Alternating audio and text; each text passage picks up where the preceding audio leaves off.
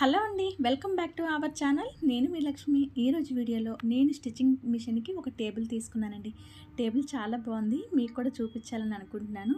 నేను ఇంతకుముందు normal table పైన పెట్టి స్టిచ్చింగ్ చేసేదాన్ని. కాకపోతే కొన్ని డిజైన్స్ మనం స్టిచ్చింగ్ చేసేటప్పుడు అవి కొంచెం సెట్ చేసుకొని స్టిచ్చింగ్ చేసేటప్పుడు కొంచెం ప్రాబ్లమ్ అవుతుంది. అందుకనే నేను ఈ టేబుల్ తీసుకున్నానండి. టేబుల్ అయితే చాలా చాలా బాగుంది.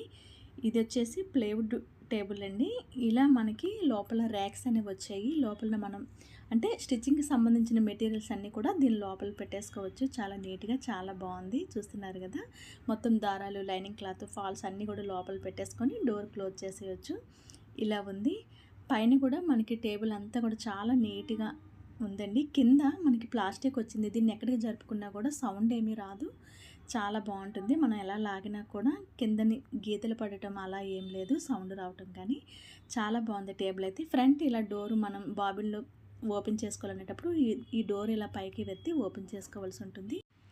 టేబుల్ అయితే చాలా చాలా బాగుందండి. ఇదే మోడల్స్‌లో మనకి వైట్ కలర్ టేబుల్స్ కూడా వస్తాయి. అయితే మాకు దగ్గరలో ఉన్న షాప్‌లో ఎక్కడ ఆ టేబుల్ దొరకలేదు.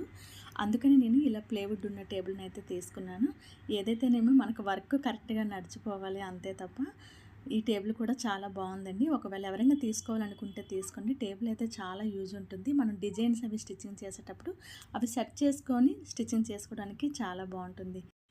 ఇదండి నేను తీసుకున్న మిషన్ టేబుల్ గురించి. నచ్చితే ఒక లైక్ చేసి మన ఛానల్‌ని సబ్స్క్రైబ్